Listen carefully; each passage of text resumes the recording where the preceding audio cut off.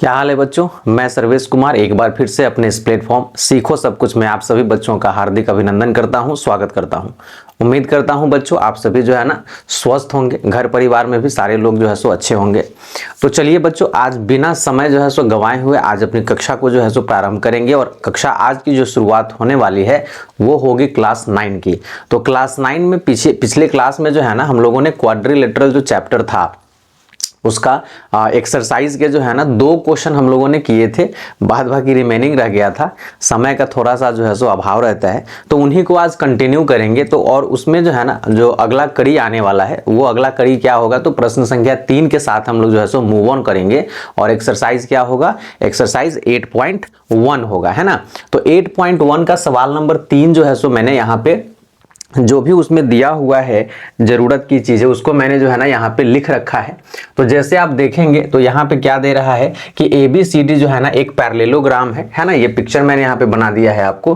Parallelogram है जिसके diagonal AC और BD जो है ना, सॉरी BD तो यहाँ पे मैंने बनाया ही नहीं, है ना। ये BD जो है इस तरीके से ये इंटरसेक्ट करेगा O पे, ठीक है। और उसके बाद ये भी कह रहा है कि AC जो है एंगल A को बाइसेक्ट कर रहा है। AC जो है ना एंगल A को बाइसेक्ट कर रहा है, मींस एंगल 1 जो है ना एंगल 2 के बराबर हो जाएगा। वो भी मैंने आपको मेंशन कर दिया है। अब प्रूव करने के लिए कहता है कि ये AC एंगल 1 को तो बाइसेक्ट कर ही रहा है, साथ में ये एंगल C को यानी कि अपोजिट एंगल को भी जो है सो बाइसेक्ट करेगा। और दूसरा जो है ना इसमें कह रहा है कि ABCD जो ये पैरेललोग्राम है इसको आप रोम्बस भी प्रूव करके जो है सो दिखाइए।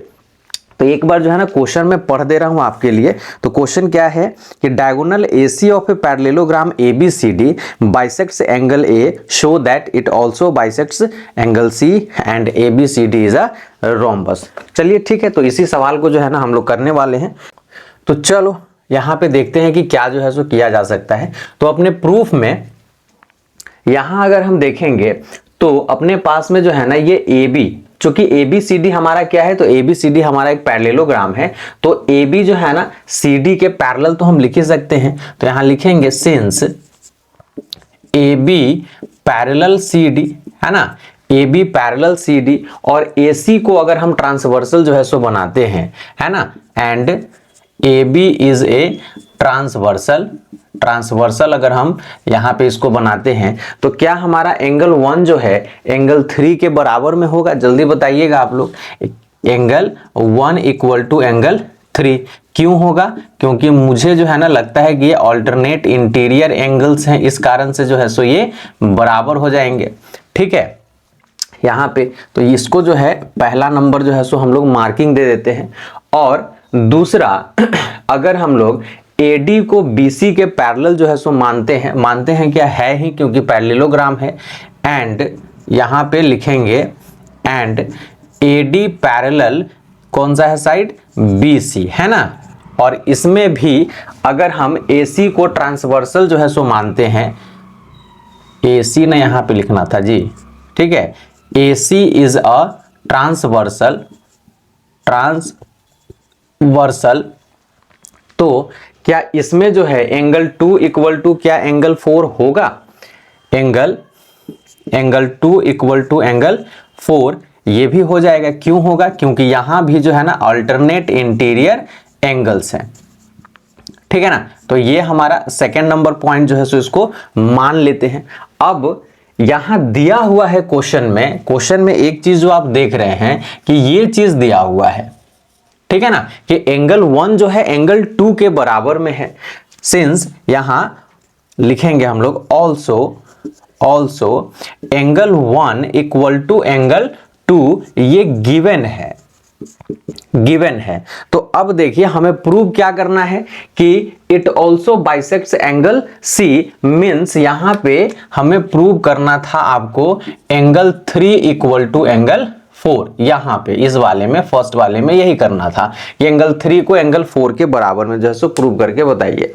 तो यहां आप देखो कि एंगल 1 जो है एंगल 3 के बराबर में है और एंगल 1 जो है यहां पे एंगल 2 के बराबर में है और ये 2 जो है ना एंगल 4 के बराबर में है। तो क्या यहां से फ्रॉम 1 2 और ये 3 भी जो है सो कर लो, तो यहाँ पे हमारे 1, 2 और 3 पॉइंट के बिहाफ पे हम यहाँ लिख सकते हैं कि भाई एंगल 3 इक्वल टू एंगल 4। ठीक है, तो इस तरीके से जो है ना हमारा पहला वाला जो है सो प्रूव हो गया है ना। ये पहला वाला जो है ना कंडीशन जिसने लगाया था कि it also bisects angle C, तो ये हमारा प्रूव हो गया। और यहाँ पे जो है सो लिख सकते हैं so AC bisects angle C also. ठीक है, तो इस तरीके से पहला पॉइंट हमारा हो गया कंप्लीट। दूसरे पॉइंट पे आते हैं, तो दूसरे पॉइंट में कहता है कि ABCD को जो है ना रोम्बस प्रूव करने के लिए, तो ABCD को रोम्बस प्रूव करने के लिए थोड़ा सा स्लाइड को करना पड़ेगा खाली, तो खाली करके मैं आपके सामने में आता हूं। चलो बच्चों, यहां पे हम लोग आ गए हैं अपने सेकेंड नंबर सवाल की तरफ। तो सेकेंड नंबर सवाल में जो है अगर हम देखें तो ये चूंकि हमारा क्या है, एक पैरेललोग्राम है। तो अगर ये पैरेललोग्राम है तो पैरेललोग्राम के अपोजिट एंगल जो है सो आपके क्या होंगे, तो पैरेललोग्राम के अपोजिट एंगल इक्वल होते हैं ना। तो यहां पे क्या हम लिख सकते हैं कि angle A equal to angle C। क्यों भाई, तो ये अपोजिट एंगल्स है ना, अपोजिट एंगल्स ऑफ पैरेललोग्राम, इतना तो लिख ही सकते हैं। अब चूंकि यहां पे ये AC को बताया है कि बाइसेक्ट कर रहा है, तो यहां इसको जो है ना बाइसेक्ट कर रहा है, इसलिए हम भी बाइसेक्ट कर देते हैं। तो half of angle A equal to half of angle C हो जाएगा हमारा। ठीक है, अब हाफ ऑफ एंगल A के लिए अगर हम एंगल 2 को ले लेते हैं, है ना, तो ये एंगल 2, और यहां पे हाफ ऑफ एंगल C के लिए एंगल 3 को अगर ले लेते हैं, तो कोई दिक्कत आपको बताइए। अगर किसी तरह का दिक्कत है तो बोल दीजिए, नहीं तो इसको लेकर के हम लोग चलेंगे।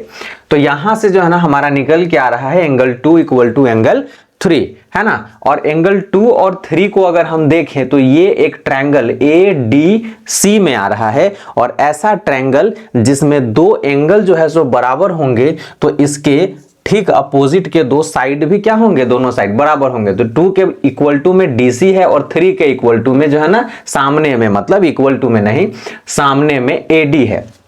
तो यहां से हम लिख सकते हैं CD इक्वल टू AD। ठीक है ना, CD इक्वल टू AD हमारा जो है सो यहां से निकल के आएगा। ठीक है, अब इसी तरीके से जो है सो यहां पे आप लिख सकते हो सिमिलरली, ठीक ऐसे ही, है ना, ठीक ऐसे ही जिस तरीके से CD DA के बराबर में आया है, DA जो है ना, DA जो है वो AB के बराबर में चला जाएगा, AB के बराबर में चला जाएगा। ये AB जो है ये BC के बराबर में जो है सो हो जाएगा, है ना, और ये BC जो है अगेन CD के बराबर में आपका हो जाएगा। तो ऐसा पैरेललोग्राम जिसके चारों साइड्स इक्वल हों, वैसे पैरेललोग्राम को हम क्या बोलेंगे, रोम्बस ही कहेंगे, है ना। सो दिस शोज दैट, है ना, कि ABCD इज ए रोम्बस, है ना। तो इस तरीके से जो है सो आप इसको प्रूव कर सकते थे। साइड्स को जो है ना इक्वल बता देना है। ठीक है, तो साइड्स हमारे ये वाले इसके इक्वल में आ गए और ये इसके इक्वल में आ गए। Adjacent sides, all adjacent sides are equal, so it is a rhombus. ठीक है, और इसमें जो है ना कभी कभी ये भी पूछ लेता है, मैं एक्स्ट्रा में इसमें बता दे रहा हूं कि इसके डायगोनल जो है ना परपेंडिकुलर होंगे, तो वहां घबराना नहीं है आपको। जब रोम्बस आपने प्रूव कर दिया है तो डायगोनल का प्रॉपर्टी भी याद रखना कि रोम्बस के डायगोनल परपेंडिकुलर ही होते हैं। तो यहां चूंकि रोम्बस प्रूव हो गया तो आप वहां पे लिख सकते हैं, है ना। कभी कभी शायद RS अग्रवाल में जो है ना पूछ लिए हुए हैं, ठीक है, कि सिंस, यहां लिख दीजिएगा, since ABCD is a rhombus, है ना, रोम्बस, सो AC परपेंडिकुलर किसके, दूसरे डायगोनल BD के। तो ये इस तरीके से जो है ना आप डायरेक्ट जो है सो लिख सकते हो, कहीं से कोई प्रॉब्लम नहीं होगी, क्योंकि डायगोनल प्रॉपर्टी रोम्बस का यही कहता है। ठीक है, तो इस तरीके से हमारा सवाल संख्या 3 जो है ना फिनिश हो जाता है। अच्छा सवाल था, ठीक ठाक था, ज्यादा टफ भी नहीं था तो ज्यादा आसान भी नहीं है। तो ऐसे ही सवालों को जो है ना प्रॉपर्टीज याद रहेंगे तो आसानी से बनते चले जाएंगे। इसलिए आगे बढ़ते हैं हम लोग और सवाल संख्या 4 की तरफ आते हैं। लेकिन एक रिमाइंडर आपके लिए, थोड़ा शेयर वेयर इसको करते रहना है। तो वेट करिए, सवाल संख्या 4 लेकर के आता हूं। चलो बच्चों, तो अपने आगे हैं हम लोग सवाल नंबर 4 पे, और सवाल नंबर 4 जो है आपका कहता है कि ABCD is a rectangle in which diagonal AC bisects angle A as well as angle C। मैंने उस चीज को जो है सो यहाँ पे लिख भी लिया है कि ABCD हमारा रेक्टेंगल है, AC जो है एंगल A और एंगल C को बाइसेक्ट कर रहा है, मींस एंगल 1 जो है सो एंगल 2 के बराबर में है, एंगल 3 जो है एंगल 4 के बराबर में है। इतना चीज दिया हुआ है। काम क्या करना है, तो बोलता है क्वेश्चन में कि शो दैट, है ना, ABCD is a square and diagonal BD bisects angle B as well as angle D। तो ये जो है ना हमारा काम करना है कि ABCD को हमको स्क्वायर प्रूव कर देना, मतलब दिया हुआ है रेक्टेंगल लेकिन प्रूव करना है square on the behalf of the given information, है ना। और दूसरा कि BD और BD जो डायगोनल है एंगल B और D को भी क्या कर रहा है, तो बाइसेक्ट कर रहा है। तो चलिए इसमें देखते हैं हम लोग।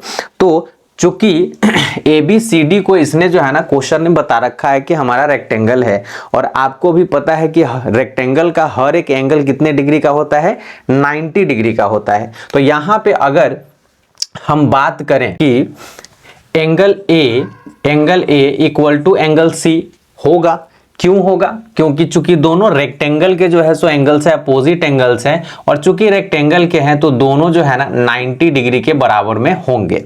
इससे तो आप लोग सहमत हैं, है ना।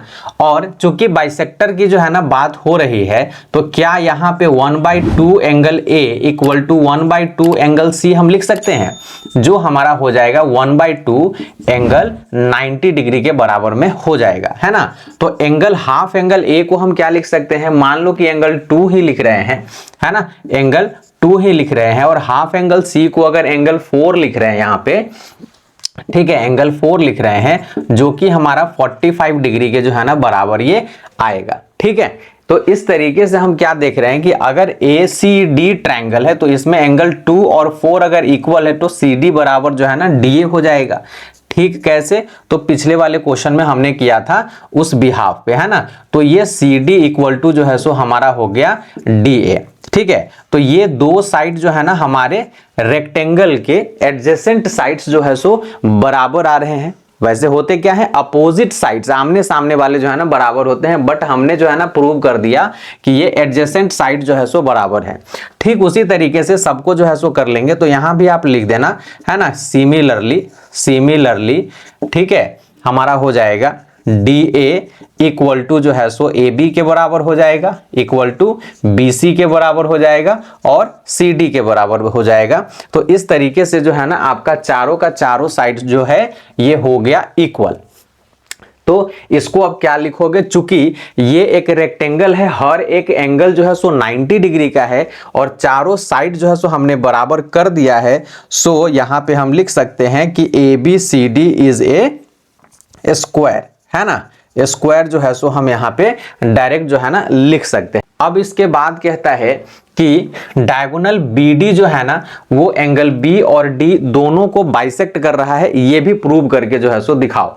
डायगोनल BD के लिए जो है ना अगर हम काम करते हैं, ठीक है, तो बाइसेक्टर की बात कर रहा है, तो यहां पे अगर मान लो कि अगर B को जो है ना ये बाइसेक्ट करेगा तो एक एंगल 5 बनाएगा और दूसरा जो है सो एंगल 6 बनाएगा, और यहां पे जो है सो अगर ये इसको बाइसेक्ट करेगा तो इसको मान लो कि ये 7 बनाएगा और इसको 8 बनाएगा। तो हमें प्रूव जो यहां पे करना है एक्चुअली में angle 5 equal to angle 6 and angle 7 equal to angle 8 जो है सो हमको प्रूव करना है। तो जरा बताइए कैसे जो है सो कर सकते हो। तो इसके लिए जो है ना अगर हम काम करें इस वाले ट्रायंगल और इस वाले ट्रायंगल में जो है सो अगर हम काम करते हैं तो काम करके इसको कॉन्ग्रुएंट करना है बेसिकली। तो कॉन्ग्रुएंट अगर कर देते हैं तो हमारा ये दोनों एंगल जो है ना ये इक्वल हो सकता है। तो चलो यहाँ पे करके जो है सो हम लोग देखते हैं।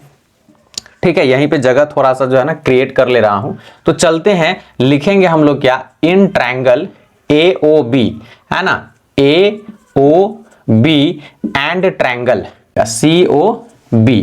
हाँ, तो इन ट्रायंगल AOB और COB में अगर हम देखते हैं तो देखो हमने ABCD को क्या प्रूव किया है, हमने ABCD को प्रूव किया है स्क्वायर, और स्क्वायर के डायगोनल प्रॉपर्टी को अगर हम देखें तो डायगोनल प्रॉपर्टी जो है ना वो कहता है कि दोनों डायगोनल एक दूसरे पे परपेंडिकुलर भी होता है, मींस AC जो है ना BD के परपेंडिकुलर भी होगा, और दूसरा कि डायगोनल एक दूसरे को बाइसेक्ट भी करता है, इसलिए कह सकते हैं कि डायगोनल्स ऑफ अ स्क्वायर है ना ये परपेंडिकुलरली बाइसेक्ट ईच अदर।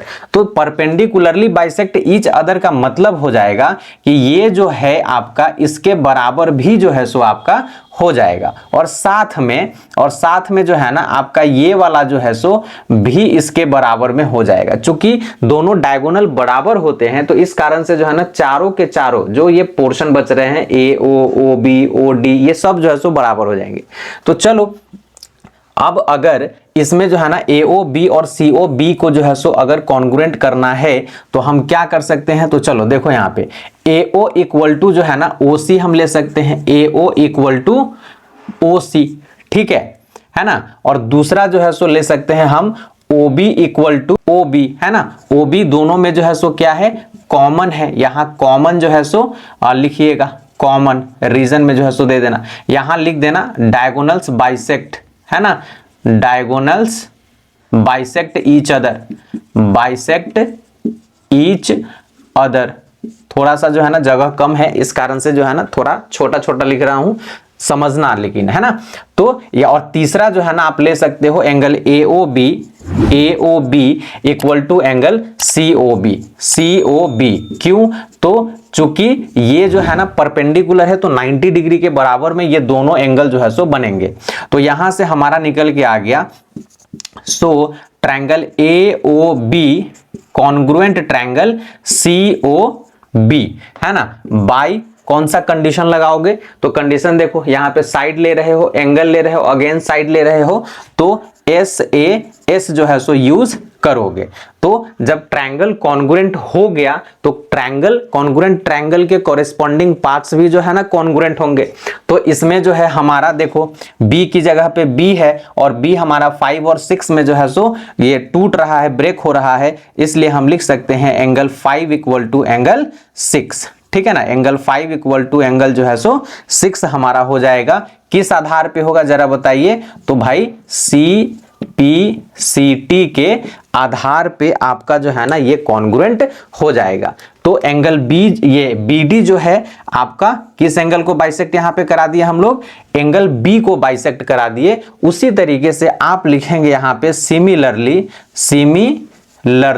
है ना, सिमिलरली में यहां जो है ना देखो इधर भी जो है ना दोनों ट्रायंगल को कॉन्ग्रुएंट करा देना। तो कौन कौन सा ट्रायंगल हो जाएगा, AOD हो जाएगा और COD, ठीक ऐसे ही जो है सो हो जाएगा। तो मैं यहां पे वही चीज डायरेक्ट लिख दे रहा हूं, similarly triangle AOD congruent triangle COD, है ना, COD, ठीक है, दिस इंप्लाइज, है ना, एंगल 7 इक्वल टू एंगल 8, ठीक है। तो ये भी CPCT के आधार पे हो जाएगा। तो यहां पे ये भी जो है ना एंगल 7 इक्वल टू 8 भी हो गया, मीन्स क्या हो गया कि 7 और 8 कहां है, तो एंगल D पे बन रहे हैं। इस कारण से हम कह सकते हैं कि BD जो है ना हमारा एंगल B और एंगल D दोनों को बाइसेक्ट कर रहा है। तो लास्ट में अगर ये लाइन लिखने की इच्छा होगी तो लिख देना, है ना, सो या फिर hence BD bisects angle B and angle D, ठीक है। तो यहां पे ये सवाल जो है सो कंप्लीट हो जाता है, ठीक है। तो चलिए आज जो है ना 2 ही सवाल रहने देता हूं, नहीं तो वीडियो हो जाएगा फिर लंबा, आप कहेंगे सर बहुत लंबे वीडियोज आ रहे हैं, है ना।